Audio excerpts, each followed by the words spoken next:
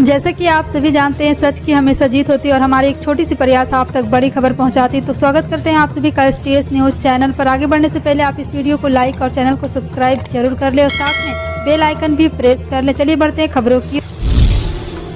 बता दें, पूर्व मुख्यमंत्री कमलनाथ ने सोमवार को मजदूर दिवस पर बड़ी घोषणा करते हुए कहा है कि मध्य प्रदेश में कांग्रेस की सरकार आने पर 1 मई को सरकारी अवकाश घोषित किया जाएगा। इसके साथ ही कमलनाथ ने घोषणा करते हुए कहा है कि पत्रकारों के लिए भी सुरक्षा कांग्रेस और कानून बनाएगी। और आपको बता दें कि दरअसल कमलनाथ गोविंदपुरा विधानसभा सीट के पिपलानी में मजदूर दिवस पर आयोजित एक सभा को संबोधित कर रहे थे। मजदूर और कांग्रेस कार्यकर्ताओं को संबोधित करते हुए कमलनाथ ने कहा, पहले भारत हैवी इलेक्ट्रिकल लिमिटेड से गुजरते थे, हजारों मजदूर दिखते थे, अब सिर्फ चंद हजार मजदूर बचे हैं।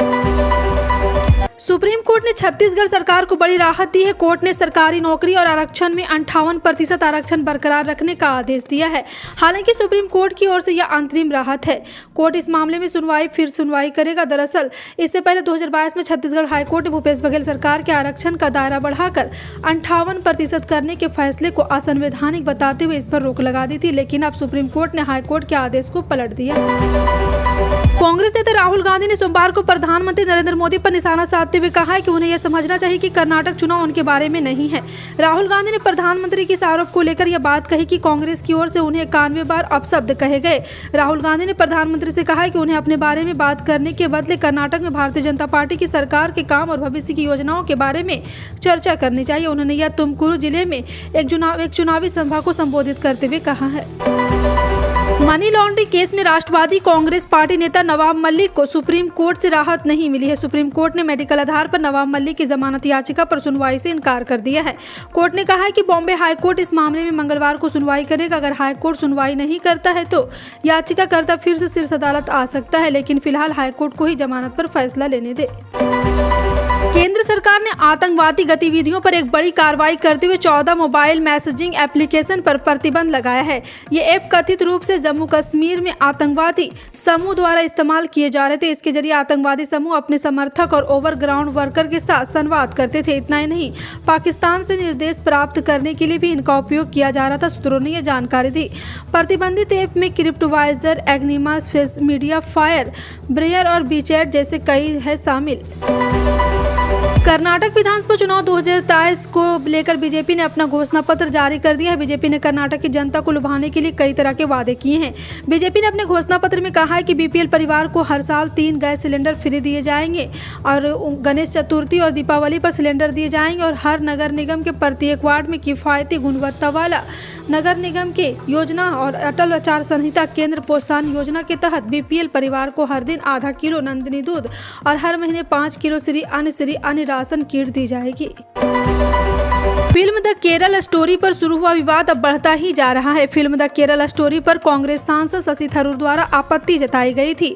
उन्होंने कहा था कि यह आपकी केरल की कहानी हो सकती है, लेकिन यह हमारे केरल की कहानी नहीं है। हालांकि अब शशि थरूर ने इस फिल्म को लेकर एक और ट्वीट किया। उन्होंने इस बात फिल्म को लेकर एक चैलेंज दिया है। शशि थरूर द्वारा लिखकर कहा गया कि अब केरल में 32,000 महिलाओं के इस्लाम धर्म में कथित धर्मांतरण का प्रचार करने वालों के लिए एक मौका है।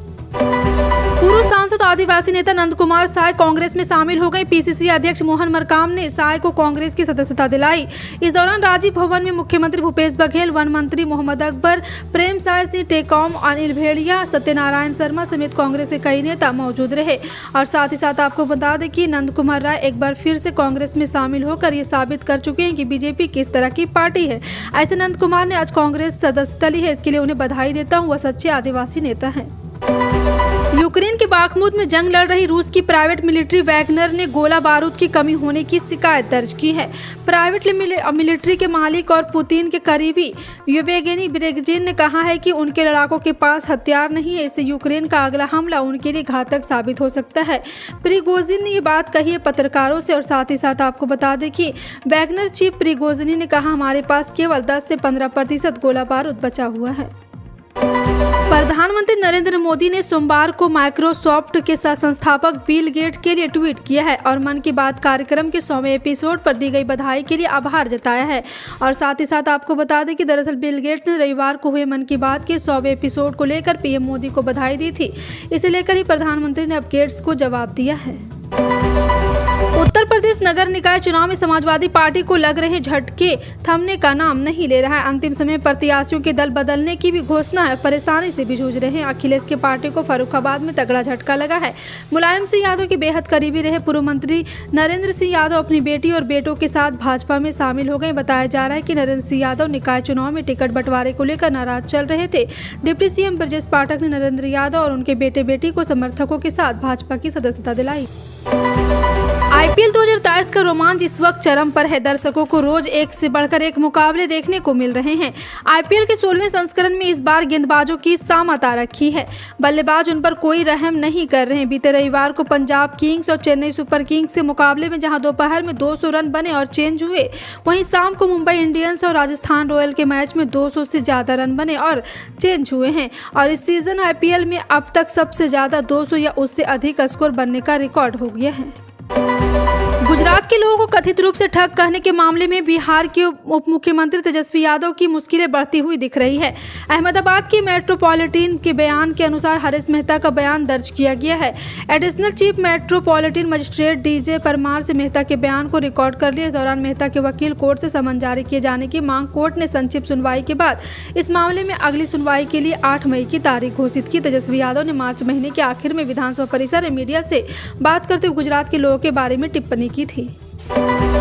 चाहे साइबर क्राइम हो, दुष्कर्म हो, हत्या, पोक्सो या फिर धोखाधड़ी का कोई भी आपराधिक मामला, अब हर अपराध की डिजिटल एविडेंस जांच के लिए regional forensic science laboratory northern range Dharamshala refer किए जा रहे हैं। यही नहीं, अब तो चोरों के मामलों में भी डिजिटल एविडेंस कलेक्ट किए जा रहे हैं, जिससे लोकेशन और डाटा एनालिसिस के आधार पर चोरों का पता लगाया जा सकेगा। साइबर क्राइम के मामलों में डिजिटल एविडेंस में जो पुलिस द्वारा पकड़े जाते हैं उन्हें RFS लैब में रेफर किया जाता है। दुष्कर्म, हत्या, पोक्सो, धोखाधड़ी के एविडेंस से लैब को भेजे जा रहे हैं। दिल्ली के मुख्यमंत्री अरविंद केजरीवाल के आवास के रिनोवेशन का मामला थमने का नाम नहीं ले रहा है। इस मामले में रोजाना नए घटनाक्रम सामने आ रहे हैं। इस मामले पर LGV सक्सेना के संज्ञान लेने के बाद मामले में तूल पकड़ लिया है। इस बीच आम आदमी पार्टी के सांसद राघव चड्ढा ने बीजेपी पर निशाना साधा है। उन्होंने कहा कि प्रधानमंत्री के रहने के लिए 500 करोड़ का निवास स्थान बनाया जा रहा है। उनके लिए 8400 करोड़ का आलीशान जहाज खरीदा गया। कर्नाटक में IIT के 1 घंटे के कार्यक्रम में 10 करोड़ रुपए खर्च कर दिए गए। देश के ज्यादातर राज्यों में मई के मौसम में भी गर्मी से राहत है और फरवरी के माह जैसा एहसास हो रहा है। मैदानी इलाकों में बारिश से मौसम सुहाना बना हुआ है, तो वहीं पहाड़ी इलाकों में बर्फबारी देखने को मिल रही। विश्वविख्यात केदारनाथ धाम में देर रात से ही बर्फबारी जारी है। बर्फबारी और ठंड में भी बाबा केदारनाथ के दर्शन के लिए भक्तों की लंबी लाइन है। हालांकि बिगड़े मौसम के बीच केदारनाथ धाम यात्रा के रजिस्ट्रेशन पर रोक लगा दी गई है। देश भर में कोरोना संक्रमण की रफ्तार कम होने लगी है। स्वास्थ्य मंत्रालय द्वारा मंगलवार को जारी किए गए आंकड़ों के अनुसार बीते 24 घंटे में 4282 नए मामले दर्ज किए गए। इसी के साथ देश में एक्टिव केसों की संख्या घटकर 47,246 हो गई। राहत की बात यह रही कि कल के मुकाबले आज कोरोना के मामलों में गिरावट आई है और रविवार 30 अप्रैल को कोरोना के 5874 केस सामने आए थे और एक्टिव केस 49,015 था। मई का महीना शुरू हो चुका है और 1 मई के लिए देश की ऑयल मार्केटिंग कंपनियों ने पेट्रोल डीजल की ताज़ा कीमतों को जारी कर दिया है। 1 मई की ताज़ा लिस्ट के मुताबिक देश की ऑयल मार्केटिंग कंपनियों ने पेट्रोल डीजल की कीमतों में कोई बदलाव नहीं किया है।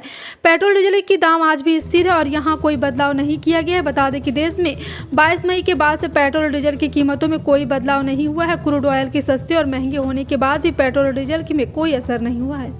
सोने और चांदी के दाम में लगातार उतार चढ़ाव चल रहा है। बीते कुछ दिनों से सोने के भाव जहां काफी तेजी से बढ़े, वहीं रुक रुक कर उनमें स्थिरता भी देखी गई है, जबकि कई बार सोने चांदी के भाव कम भी हुए हैं। अंतर्राष्ट्रीय बाजार में सोने और चांदी की अब डिमांड कम होते जा रही है। यही वजह है कि अब धीरे धीरे सोने और चांदी के भाव में कमी देखी जाएगी। एक्सपर्ट का मानना है कि आने वाले दिनों में यह कमी देखने को मिलेगी और सोने के भाव पुराने स्तर पर लौट सकता है। और गिरावट के बाद सोने चांदी के क्या भाव है? जी हाँ, आपको बता दें कि 24 कैरेट सोने का भाव 60,760 रुपये है और 24 कैरेट सोने का रेट 60,930 रुपये था। केंद्र सरकार के कर्मचारियों को आने वाले दिनों में बड़ी खुशखबरी मिल सकती है। मीडिया रिपोर्ट के मुताबिक सरकार जल्द ही 1 जुलाई से शुरू होने वाली अवधि के लिए कर्मचारियों के महंगाई भत्ते या DA में 3-4% की बढ़ोतरी कर सकती। खुदरा महंगाई मार्च 2023 में RBI की 6% की ऊपरी सीमा से घटकर 5.66% पर आ गई, लेकिन यह रिजर्व बैंक के 4% के लक्ष्य के अभी दूर है।